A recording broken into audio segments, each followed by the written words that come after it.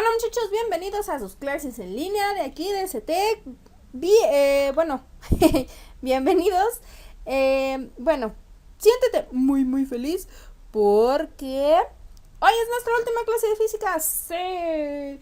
Y prácticamente en esta clase siéntete más feliz aún porque ya no va a haber problemas. Ya nos vamos a enfocar más a teoría. ¿Por qué? Porque los problemas de aplicación no están enfocados para este nivel. Sin embargo, sí vamos a hacer mención de algunas situaciones, ¿vale? Entonces, no te confíes, respira, ya sobreviviste a todos los problemas físicos que se pueden encontrar en la vida, aunque se pueden encontrar más. Bueno, pero esa es materia de otra instancia, Entonces, muchachos, bueno, por esta clase vamos a terminar de ver sobre lo que son las fuerzas electromagnéticas, y vamos a ver lo que es óptica, así de sencillo.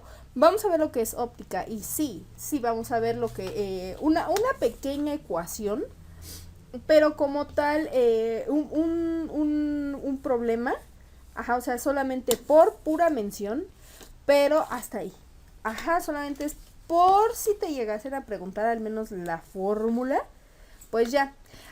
Y eso, recuerda que en este aspecto de Comipems, todos los problemas o los datos que te puedan brindar, que son un poquito difíciles de aprenderse, pues ya lo vas a poder determinar. Aunque ten en cuenta que datos de densidad jamás te los van a dar, porque eso sí es muy fácil de calcular, ¿vale? Bueno, en esta clase, ¿qué es lo que vamos a ver?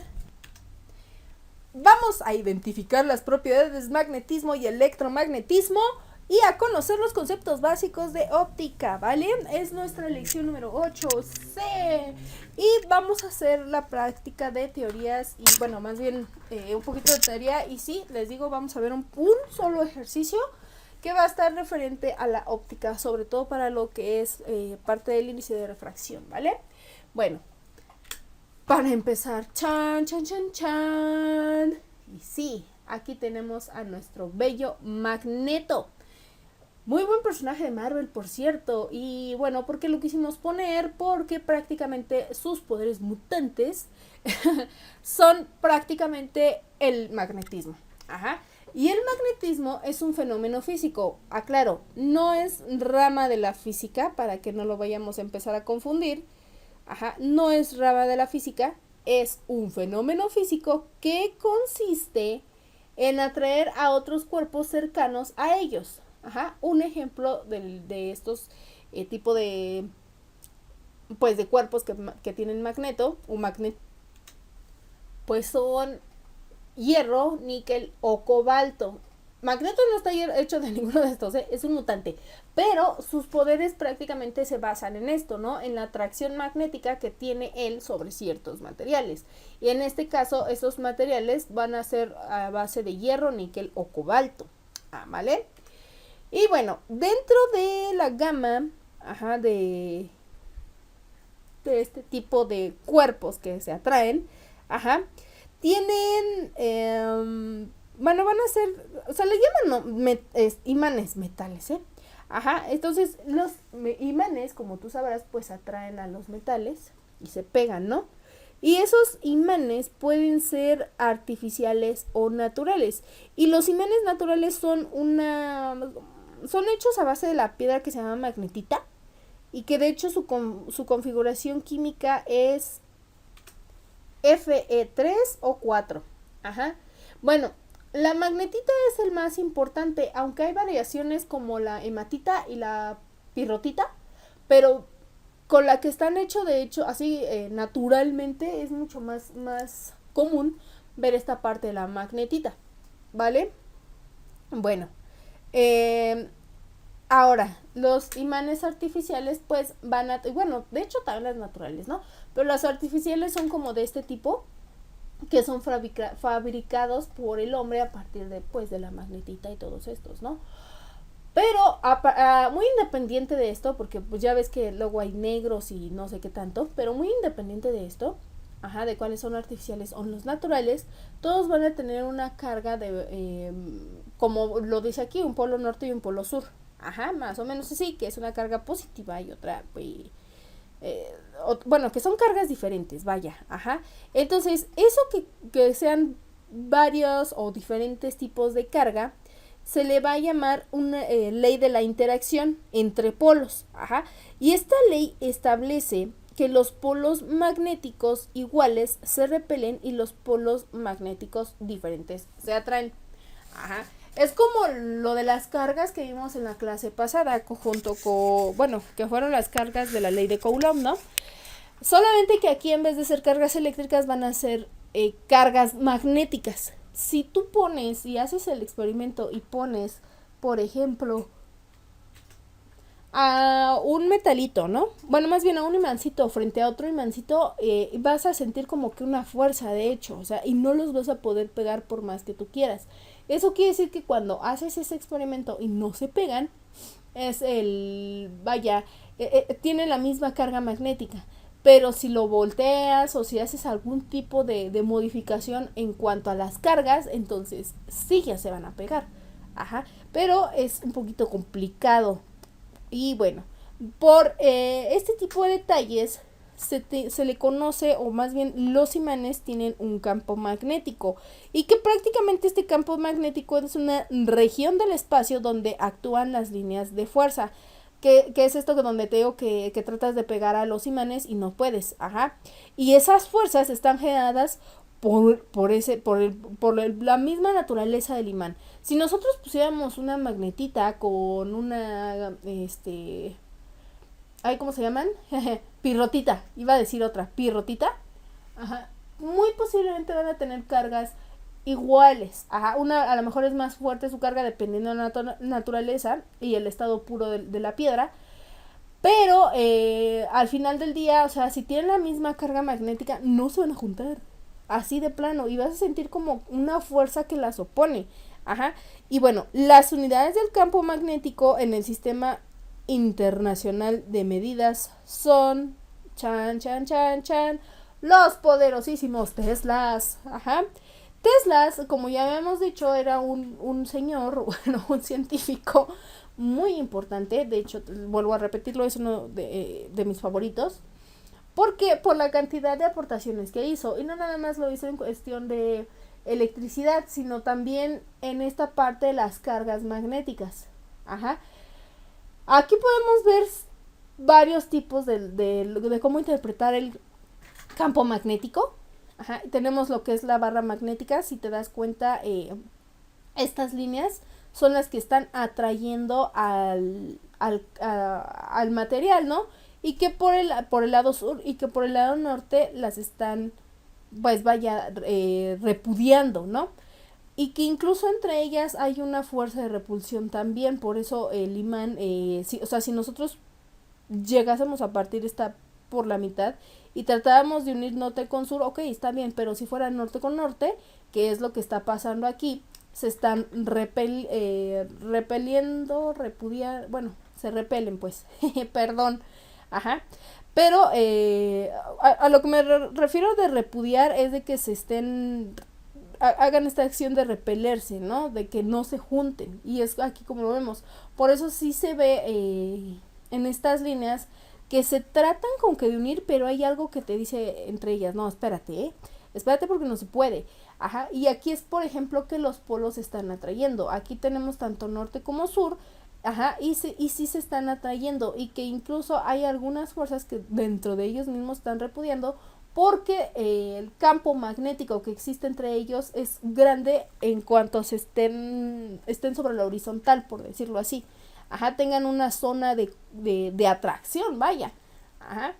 En cuanto al imán herradura, pues sí, ese tiene un mecanismo un poquito más curioso, pero es el mismo principio.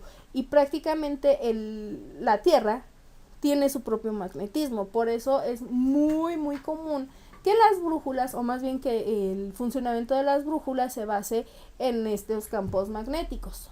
Ajá, la brújula se tiene que apuntar hacia el norte, porque ahí es donde está el campo magnético. Ajá. En la antigüedad, pues sí, ¿no? Pasaban que los barcos y que se fijaban en el horizonte y bla, bla, bla, bla. Ok, sí. Pero también con la invención de la brújula fue mucho más fácil hacer los viajes, y no solo eso, también debido a la aproximación de la estrella polar me parece que sí, la estrella del norte y todo eso. Entonces, si tú te llegases a dedicar en tu vida a ser como que marino o algo así, pues vas a encontrar muchas creencias o muchos trucos, ¿no? Como de cómo encontrar tu camino a casa, ¿vale? Entonces, esto es lo que se trata el campo magnético. Pero para que, digamos, ¿no? La región que ocupa las líneas que ahorita vimos, ajá, y que prácticamente esas líneas representan el campo magnético que está generado obviamente por el imán, va a tener un fenómeno que se llama Bueno, antes de explicarles esto de los materiales me regreso. Se me había olvidado decirles, esas líneas pues son el campo magnético, ¿no? Que está provocado por el imán.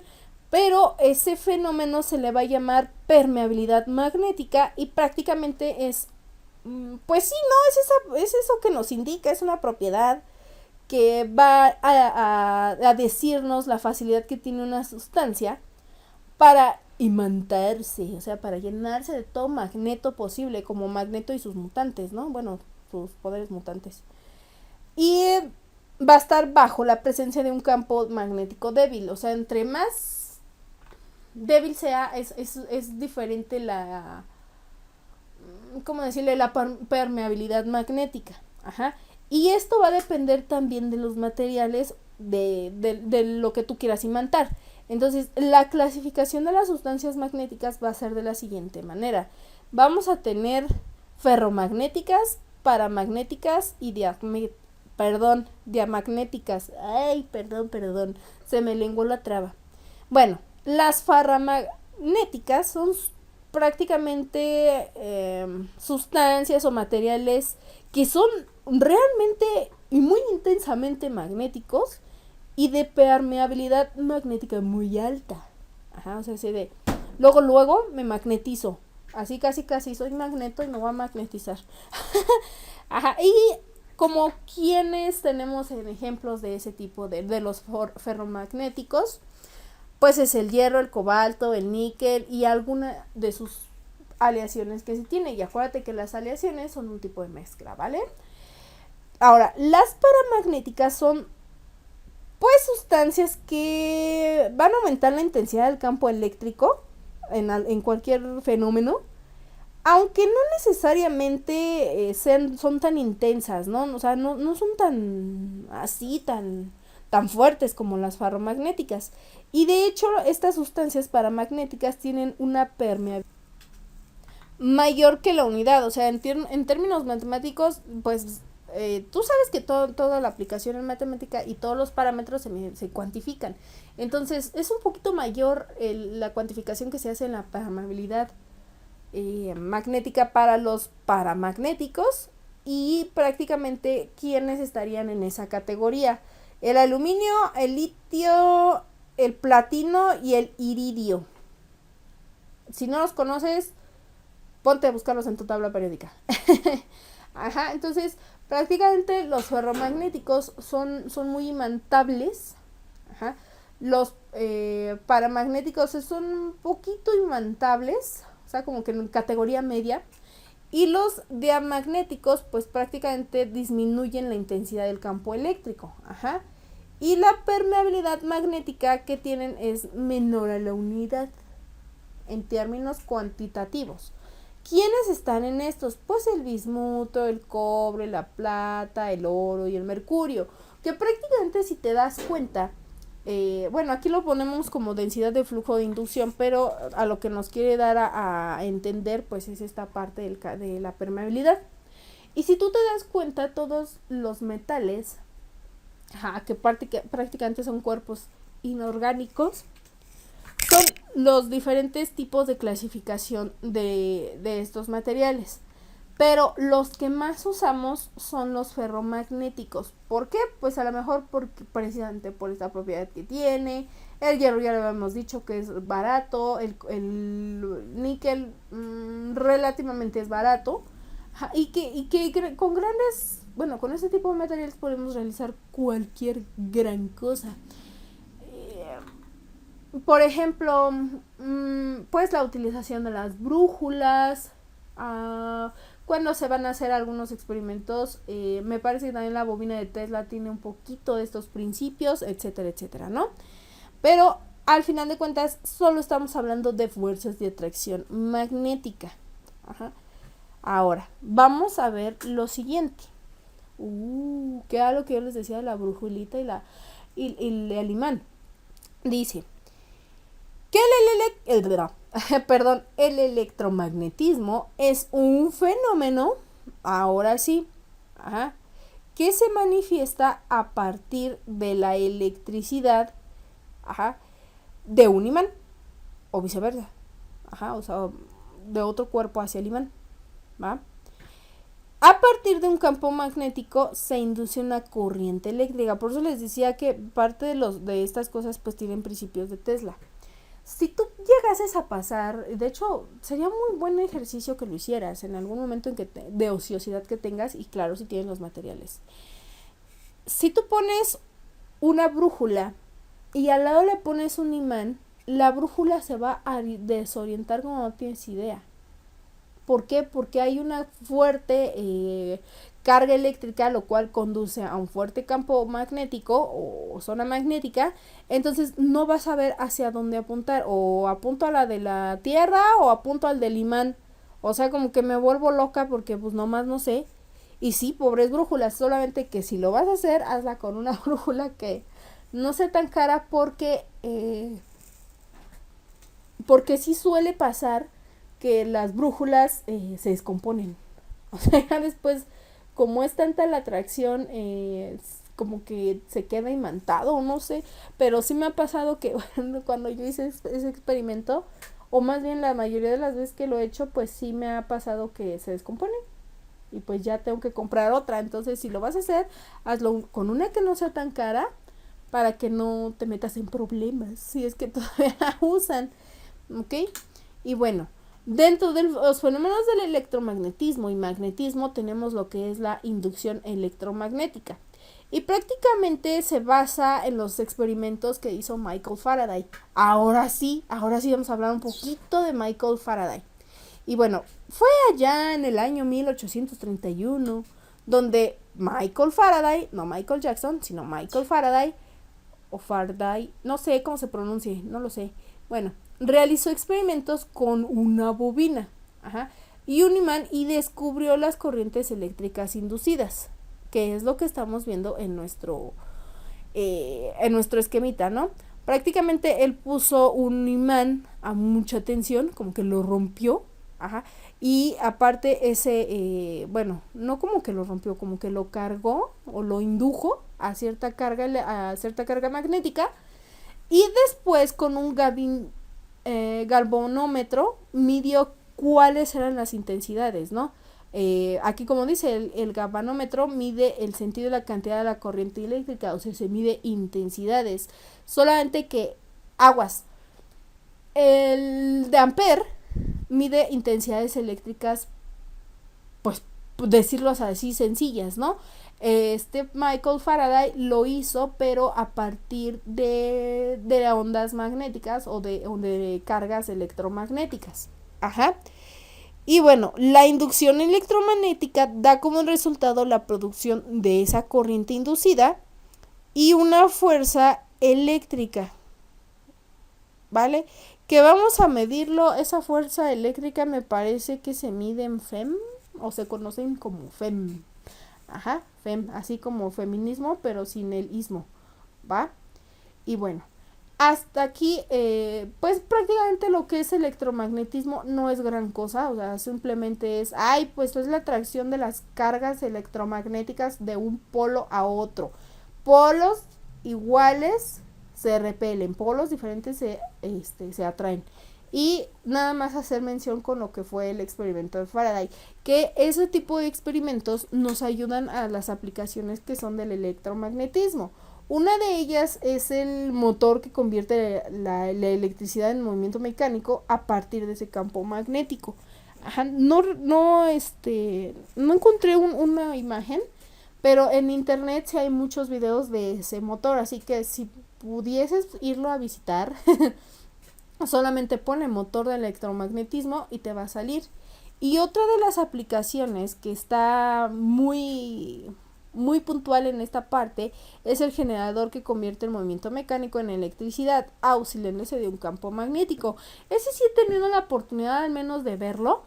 Y sí, o sea, sí está muy padre, no hace mucho ruido, bueno, al menos que yo vi, pero sí, lo malo es que, no sé, si ya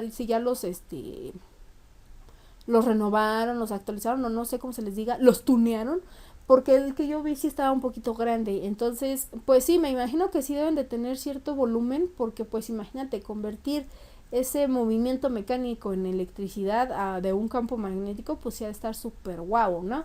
¿Dónde lo vi? Lo vi en unas imágenes. Ajá. Entonces, ese igual, si tú puedes ir a verlo, es que, vaya, yo los vi cuando yo estaba en la universidad, entonces sí es un poquito complicado entenderlo. De hecho, me pareció ver también o recordar que sí he visto el diseño a nivel ingeniería sobre ese, pero pues estas son las aplicaciones prácticamente del electromagnetismo a un nivel que pues sí, ¿no? Ya son así como que no, dime algo que sí está súper chido para poder aplicar el electromagnetismo, no nada más de que, ay, mira, pues voy a poner todos mis alfileres en un imán para que no me esté yo picando, o los clavos, o voy a hacer el experimento de la brújula, o si me pierdo y no me pase lo de la película de la bruja de Blair, pues voy a ocupar mi brújula. Entonces, no, muy aparte de eso, porque prácticamente, o sea, eso es muy simple, pues tenemos esta parte, ¿no? Ahora, vamos a dejar aquí el electromagnetismo, que obviamente deriva de nuestra clase de cargas eléctricas, solamente que aquí eran cargas magnéticas. Y hasta aquí, ¿no? Esta es toda la parte de teoría, que es lo único que te van a preguntar en Comi. Para la tía Comi. Sin embargo, vamos a entrar en materia ya con la última parte de la física que se presenta en nuestro mundo, ¿no? O en nuestro universo, o prácticamente en nuestra vida cotidiana, que es la óptica. Ahora sí, electromagnetismo, magnetismo son fenómenos, mas no son ramas. La óptica sí es una rama de la física que se encarga del estudio de la luz, causas, consecuencias y las leyes que rigen sus fenómenos. Prácticamente todas esas personas que, gracias, hay que aplaudirle, porque si no, no estaríamos nosotros aquí. Esas personas que se encargan de poner el cable de fibra de vidrio, o sea, apláudeles, porque ellos están ejecutando la aplicación más importante en nuestros tiempos sobre la óptica. Y no nada más el de Easy, el de Cablecom y etcétera, etcétera, las marcas, ¿no? Porque Telmex sí está su cable de fibra de vidrio, pero ay, no, está re feo. Bueno, perdón si alguien trabaja en Telmex, pero saben que es verdad. Y perdón por estar mencionando marcas, perdón. Es que podría ser mejor, pero pues bueno. Que también el Easy deja mucho que desear, pero bueno, está bien. Eso es materia de economía o de administración, algo así. Pero la óptica, como yo les dije, o sea, ahorita no tendríamos internet varios, porque todavía, incluso, ¿no? De acuerdo al servicio de tu telefonía, pues todavía hay zonas en las que no llega este servicio de fibra óptica, y todavía tienes que estar ahorita conectando ahí con el modem, pero, y con el cable, ¿no? Pero, por ejemplo, me parece que creo que es en Dubai, no recuerdo bien qué país, pero seguramente sí es Dubai. Hay un hotel debajo del agua y que tiene todos los servicios, tiene electricidad, teléfono, internet. Entonces, y que incluso tus habitaciones prácticamente son una cápsula donde tú puedes ver todos los peces, y ahí, ¿no? O sea, está transparente tu habitación. ¿Y cómo demonios, o sea, cómo demonios va a haber una habitación en el agua? Bueno, ahí en el océano, bajo del océano, ¿no?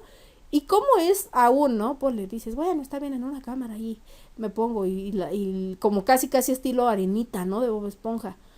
Pero, a ver, precisamente voy a eso. ¿Cómo demonios vas a poner internet? O sea, ¿cómo, no? Y es precisamente a esto. a este tipo de aplicaciones de la óptica. Sin embargo, bueno, vamos a explicar todos estos procedimientos, ¿no? O más bien conceptos básicos. Perdón. Voy a aclarar algo. No se llama cable de fibra de vidrio, se llama cable de fibra óptica, que prácticamente está hecho de filamentos de vidrio. Ajá, y cada es uno de esos filamentos de vidrio, pues tiene la capacidad de transmitir datos digitales, ajá, en ondas, modulados por ondas de luces, ¿va? Solamente voy a aclarar eso. Quería dar a entender ese cable que no es de fibra de vidrio, aunque es prácticamente lleva vidrio, pero se le conoce mejor como cable de fibra óptica. Perdón, ya, o sea, sí lleva vidrio, pero no se le llama así, se le llama de fibra óptica. Pero bueno, vamos a ver, para que esta cosita, esa cosita de cable pueda utilizarse de buena manera, pues necesitamos de lo que es prácticamente un principio, y es el llamado principio de la dualidad de la luz. Esta se escucha medio tétrico, ¿no? Ese principio de la dualidad de la luz, de hecho hubo dos precursores o dos personas que establecieron ese principio. Y sí, ahí tenemos al Newton de chismos otra vez, que según Newton dice que a la luz la constituían numerosos corpúsculos, o sea, como que particulitas, ¿no? Y esas como particulitas o corpúsculos que se propagan en línea recta a velocidad, llega un momento en que van a chocar con la retina, y por eso producen esa sensación luminosa. Pero para Huygens, algo así, él afirma que la luz es un fenómeno ondulatorio semejante al sonido. Casi estilo efecto Doppler, con las mismas características de una onda mecánica. Y acuérdate que vimos ya los tipos de ondas. Entonces Huygens trató prácticamente de explicar que una onda cualquiera se refleja y se refracta cumpliendo con ciertas leyes de reflexión y refracción de un haz luminoso. Al final, los dos concluyen en que la luz es una onda electromagnética que se propaga en el vacío. Mientras Newton decía que, pues sí tienen que ir a gran velocidad, estas como moleculitas, o sea, estos corpúsculos, para Huygens no son corpúsculos, son ondas muy parecidas a las ondas mecánicas, y el fenómeno ondulatorio o con el que viajan es muy parecido a lo que hace las ondas sonoras. Entonces esos son los dos principios de dualidad que tenemos. ¿Cuál nos rigen? Pues los dos tienen razón. Sin embargo, Huygens hace que nosotros tengamos dos conceptos nuevos para explicar estos fenómenos luminosos. Y sí, me refiero a la reflexión, pero no es la reflexión de voy a reflexionar mis acciones, sino a la reflexión que hace un haz luminoso y a la refracción que hace ese mismo haz luminoso. Estos son los tipos de reflexión. Y la reflexión, como tú recordarás, es un fenómeno donde un fenómeno físico donde un rayo luminoso va a tener un cambio de dirección y un sentido al chocar con alguna superficie de separación entre ellos, ¿no? De hecho, ese haz de luz va a tener diferente dirección si la superficie es lisa o si la superficie es rugosa. Y una reflexión regular precisamente ocurre cuando la reflexión de este haz de luz se hace en una línea recta o en una superficie recta, o es irregular la reflexión cuando se hace en una como superficie rugosa. Como rugosa, como lisa, me van a decir, ok. Digamos que tú tienes ¿cómo se le llama? Un tragaluz. Y ves que a veces son como de figuritas. O sea, el vidrio está está plano, pero hay algunos que tienen como ese tipo de texturas. Pues cuando tiene ese tipo de texturas es a lo que me refiero con una superficie rugosa. También se le llama, aparte de reflexión irregular, se le llama reflexión difusa a lo que es la rugosa, y que de hecho aquí lo vemos. vamos a explicarlo. Entonces, prácticamente la reflexión es el cambio, la reflexión es el cambio de dirección de una haz de luz al chocar con una superficie. Por eso es medio ves extraño a veces lo que un popote cuando está en un vaso y todo eso, ¿no? Pero es por tu luz que tú emites hacia él. Vamos a suponer, ese haz de luz choca. Si es en una superficie regular o lisa o una reflexión especular, así como entra, va a salir.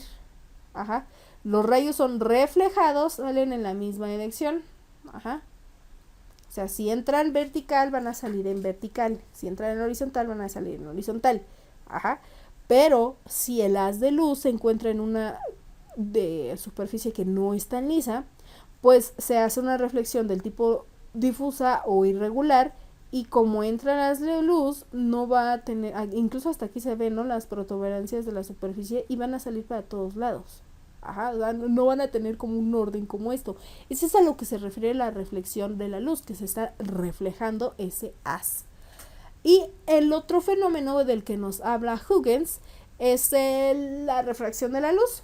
Y la refracción de la luz es un fenómeno donde un rayo luminoso experimenta un cambio de dirección cuando obviamente atraviesa oblicuamente, o sea, hace como que un espacio oblicuo, la superficie entre dos medios de naturaleza diferente, como oblicuo, que tiene así como que oblicuo, así como es como una marca, una posición en media entre la zona vertical y la zona horizontal de un plano. Bueno, esa refracción de la luz es así como va a estar experimentándose o lo vamos a estar viendo, por eso dice que entre dos medios de naturaleza diferente. Aquí lo que nosotros vamos a tener como partes de la refracción de la luz va a ser que entra un rayo incidente, que en este caso pues sería un rayito de sol, y va a entrar a una superficie. Cuando entre esa superficie y pasa sobre esa superficie, se va a llamar rayo refractado, que va a ser lo que prácticamente es lo que va a atravesar nuestra luz, ¿no? ¿Dónde más podemos ver? Bueno, ahorita vamos a poner ese fenómeno, el esquemita, para que me puedas entender. Bien, el esquema es el siguiente. Prácticamente esto es algo que yo les digo que es el rayo incidente. Este entra y al chocar, se va a cambiar, se va a ¿cómo se llama? Pues sí, ¿no? A refractar, o sea, va a cambiar de dirección, porque si te das cuenta está cambiando el ángulo, por eso tenemos dos ángulos θ, sobre esta línea.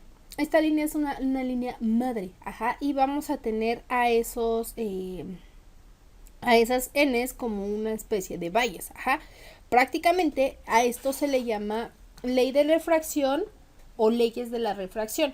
La primera ley dice que el rayo incidente, o sea, el que va entrando, la normal y el rayo refractado se encuentran en un mismo plano. La normal es esa línea, ¿no?, punteada, obviamente. Y la segunda ley, que se llama ley de Snell, dice que para dos medios dados, la relación entre el ángulo seno y el ángulo de incidencia es entre el seno del ángulo de incidencia, y el seno del ángulo de refracción es constante. Y a esto se le llama índice de refracción entre medios, que ahorita les voy a dar esa pequeñita fórmula. No la van a usar, es lo que les decía, o sea, podemos calcular algún problema con esa fórmula, pero ustedes no lo van a ver. ¿Por qué? Porque necesitarían determinar ciertas cosas trigonométricas o identidades trigonométricas y no les va a dar tiempo. Por eso no se los preguntan, a menos de que se los pongan, pero la verdad ya sería mucho, ya sería muy pesado ese problema. Bueno, ahora estoy diciendo un pequeño concepto muy interesante, que es el índice de refracción. El índice de refracción entre dos medios es la relación que existe entre qué tan rápido viaja la luz en el vacío y qué tan rápido viaja en un medio. Ahora, vamos a ver. Esto del índice de refracción es más o menos lo que estamos viendo aquí. Hace rato te decía, cuando proyectas un popote, ok, sí, y llega a reflejar el popote en un vaso. Eso es reflexión. Ajá, que se refleja. Pero cuando yo pongo, y te dije, y eso ya depende de tu visualización, pero cuando yo pongo un popote sobre un vaso que está lleno de agua, entonces a eso se le va a llamar rayo, bueno, no rayo, sino que va a ser la refracción de la luz, porque ese rayo de luz va a cambiar la dirección, por eso se ve medio raro o como que se parte el popote. Ajá. Y esto es a lo que me refiero con el índice de refracción. ¿Qué tan rápido viaja ese haz dentro del medio? ¿Y qué tan rápido viaja también ese haz? ¿Vale? Es esto. La cantidad de reflexión depende del cambio de índice de refracción. O sea, se depende de qué tanto esté este rayo refractado. Qué tan abierto. Y podemos calcularlo con, habíamos dicho, la diferencia de los senos, de los ángulos, o también calculando la velocidad de la luz en el vacío entre la velocidad de la luz en el medio. Vamos a poner un ejemplo. Si me dicen que la velocidad a la que viaja la luz en el vacío es de 20, y tengo obviamente este valor, va a ser a dimensionar el valor del índice de refracción. ¿Por qué? Porque se divide velocidad entre velocidad, por eso es adimensional, ¿va? Y si me dicen la velocidad a la que viaja a la luz en el medio, va a ser igual a, no sé, 40 ¿qué? Pues metros sobre segundo, lo que sea, ¿no? Que sean unidades de velocidad. Entonces, ¿cómo lo voy a determinar? Aquí era n. No sé. Es que quería ponerles así como que estos valores, pero bueno, da igual. Si voy a calcular el índice de refracción, tengo que dividir 20 entre 40. ¿Cuánto sería? Pues un medio, ¿no? Entonces, ese sería el valor. Eso sería todo el problema que hiciera. Nada más habría que identificarlo. Ahora que si les ponen las propiedades de seno, sería n es igual, pero eso ya sería más para el ángulo de teta, del seno del ángulo de incidencia, qué feo seno me salió, seno del ángulo de incidencia, que sería prácticamente el que va entrando, o el rayo incidente, entre el seno del ángulo refractado, que es prácticamente lo que distorsiona en este caso, ¿no? Este es el que entra, ese es el índice o el rayo incidente, y este es el que se refracta, el como que se parte. Pero esta fórmula dudo que la usen, tal vez les pongan un problema de esta índole, pero no se preocupen, es la velocidad de la luz del vacío entre velocidad de la luz en el medio, ¿vale? Eso es algo que llamamos nosotros índice de refracción. Pero también, como hay muchas aplicaciones, sobre todo en la industria alimenticia, yo en lo personal, ocupaba un aparatito que se llama refractómetro, en especial para medir la cantidad de azúcares que habían en ciertas sustancias, o cuánto era el azúcar que estaba ahí, ¿no? En cierta sustancia. Y de hecho algunas empresas de paleterías, aunque sean medianas o grandes, o ya una grande, utilizan ese tipo de análisis para medir precisamente el porcentaje de azúcar que hay en cierto volumen de cierto producto. Y se los digo porque un amigo mío es paletero y que hace muy buenas paletas, por cierto, y ocupa su refractómetro. De hecho, parece como un microscopio. Y hay unos ya más modernos que ya son como digitales, pero yo lo voy más al que parece microscopio porque tú lo puedes ajustar a tu vista. Que por cierto, hablando de vista, tenemos diferentes tipos de espejo. ¿Qué tiene que ver esto? Porque si te das cuenta son fenómenos de la luz y que a lo mejor en algunos casos tú tienes que ser muy preciso o depende de la percepción que tú ves. En el caso del refractómetro nos ayuda a dar, ¿cómo decirlo? Un valor numérico. pero por lo general la óptica también tiene como que su parte cuantitativa y su parte cualitativa, y algunas partes como la reflexión podríamos hacerlos cuantitativos, pero tienen también esa parte de ser más intuitivos, ¿no? Pero bueno, como hablamos de intuición y de observación, pues tenemos que saber los tipos de espejo.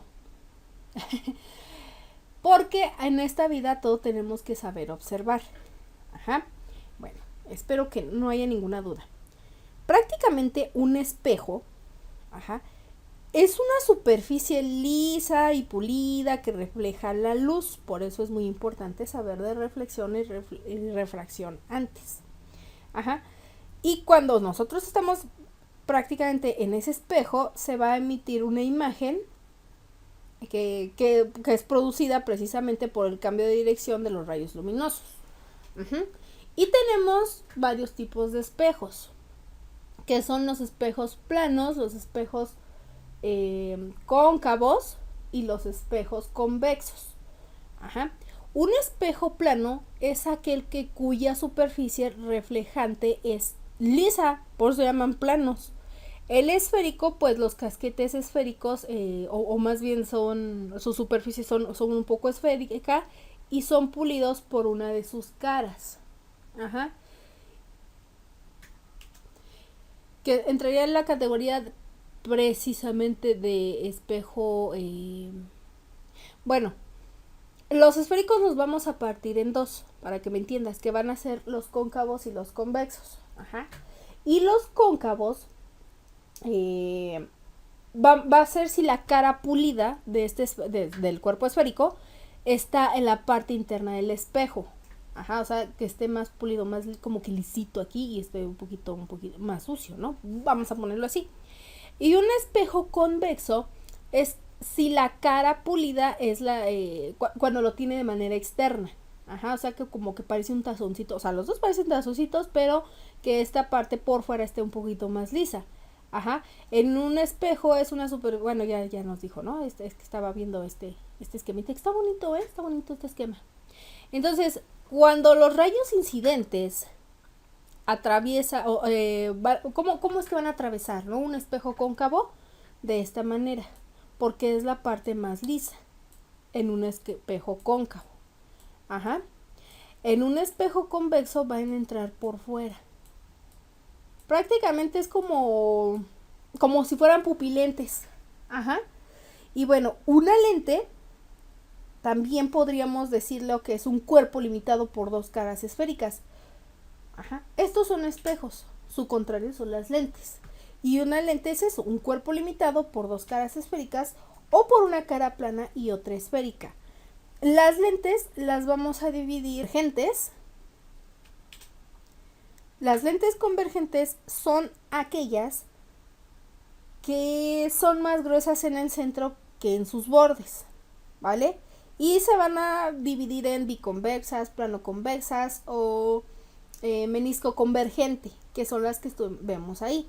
Y las divergentes son aquellas donde sus bordes son más gruesos que en el centro, ¿vale? Prácticamente esto nos ayuda a visualizar, por ejemplo, a las personas que utilizamos pues pupilentes para ver o lentes, estos son lo que nos están ahí aplicando en el examen de esto de donde te ponen las letrotas para que veas qué tan ciego eres. Bueno, pasando a todo esto, porque como ya te diste cuenta, la óptica es mucha teoría para ti. Casi no, bueno, de hecho nada más sería la aplicación del índice de refracción, que dudo que venga. Pero vamos a pasarnos a nuestra parte de preguntas. Y dice, se define como la región del espacio donde actúan las líneas de fuerza generadas por un imán. Obviamente la respuesta es el inciso C. ¿Por qué? Porque estamos hablando de imanes, así de simple. O sea, no podemos decir, ahí es el campo de fuerza. ¿Campo de fuerza de qué? ¿De He-Man? ¿De Goku o qué? No podemos decir eso. Ajá. El campo eléctrico tampoco, que a pesar de que el imán está prácticamente utilizando campos eléctricos, no es tanto eso, sino que sería el campo magnético. Y campo de luz, pues obviamente no. Entonces, la respuesta correcta, por lo tanto, es el inciso C. Ahora otra. Sustancias que disminuyen la intensidad de un campo magnético. Su permeabilidad magnética es menor, aquí faltó una R, a la unidad. Eléctricas no puede ser porque no estuvimos hablando nada de electricidad ya, eso ya fue con la ley de Coulomb y la ley de Ampère. Podríamos establecerlo como la ley de Faraday, pero no. Porque acuérdate de las clasificaciones. Las ferromagnéticas tienen una alta permeabilidad magnética. Las paramagnéticas eran mayor a la unidad. Y las diamagnéticas son menores a la unidad. Por eso la respuesta correcta es el inciso D, porque estas solamente son como que las light. Bien, fenómeno físico que presentan algunos objetos y consiste en atraer cuerpos cercanos a ellos. Y lo dijimos al inicio, ¿no? O sea, no puede ser electricidad, porque yo nunca he visto que, por ejemplo, voy a conectar el celular y me esté atrayendo. No, me atrae más bien la intención de que el celular esté cargado, más no la electricidad. Inercia, pues menos, porque inercia estaría yo prácticamente sin hacer nada. O sea, de reposo cambio a un movimiento, y esto es más leyes de Newton, y esto corresponde un poquito más a dinámica. Estática, o sea, no, mínimo, o sea, no, necesito moverme, y es eso, es el magnetismo. Por lo tanto, la respuesta A. Por eso te digo que las preguntas sobre óptica son muy, muy sencillas. A ver, la siguiente. Afirma que la luz era un fenómeno ondulatorio semejante al sonido y con las mismas características de una onda mecánica. Einstein y Enoslabov ni siquiera lo vimos, Ellos estudian otra parte de la física, otros fenómenos. Nos quedaría entre Newton y Huygens, y obviamente Newton no es, porque Newton decía que eran como una especie de moleculitas que se movían, ¿no? A grandes velocidades, a una velocidad en específico, pero que Huygens sí definió que la luz era una especie de fenómeno como el sonido, pero con este estilo de las ondas magnéticas. Entonces la respuesta correcta es Huygens, o como se pronuncia. Y la siguiente dice, espejo cuya cara pulida es la interna. Acabamos de verlo. Si es cóncavo, si es convexo, si es plano, transparente. Para empezar, transparente nunca dijimos. Y obviamente tampoco puede ser plano, porque estamos diciendo sobre los como que la especie de pupilentes, ¿no? Que era donde paseaban el haz así, o los rayos incidentes. De hecho aquí me equivoqué, así no era al revés. Y otros donde pasan por este lado, donde está más liso. Entonces la respuesta correcta era el cóncavo. Y por último, son aquellas lentes que son más gruesas en los bordes que en el centro. Divergentes, convergentes, esféricas o planas. Ok, para empezar, no existen ni las planas, o no, bueno, sí existen, pero no como tal tienen este concepto, ni las esféricas. Tiene que ser divergentes o convergentes. Por lo tanto, la respuesta correcta es la A, que de hecho lo acabamos de ver. Y bueno, muchachos, pues hasta aquí vamos a dejar nuestro tema, bueno, más bien nuestro curso de física. Espero te haya agregado, que no hayas tenido ninguna duda, y que prácticamente yo como experiencia que tengo en este curso, ponte a repasar. Consigue guías, haz la guía de aquí, hazte tú mismo tus propias preguntas. Uno de las cosas que a mí siempre me ha servido es así de, y si bien este tema no lo entendí mucho, a ver, pero ¿qué no entendí? ¿Qué es esto? ¿No? Entonces fui haciendo anotaciones. También me puedo complementar con otro tipo de detalles, puedo pedir ayuda a mis profesores, etcétera, etcétera. Física es un poquito más, a comparación de química, un poquito más digerible. Es todo lo que viste en tu curso de secundaria de segundo grado. Pero a diferencia de química, es un poquito más práctica. Sin embargo, si tú eres de las personas que les cuesta trabajo, te recomiendo que no te estreses, no te agobies y trates de buscarle el lado bueno. También en física vimos mucha teoría, sin embargo en biología se ve mucho más teoría y menos pues parte de problemas, ¿no? Entonces, pues cuídate, nos estamos viendo en los próximos cursos.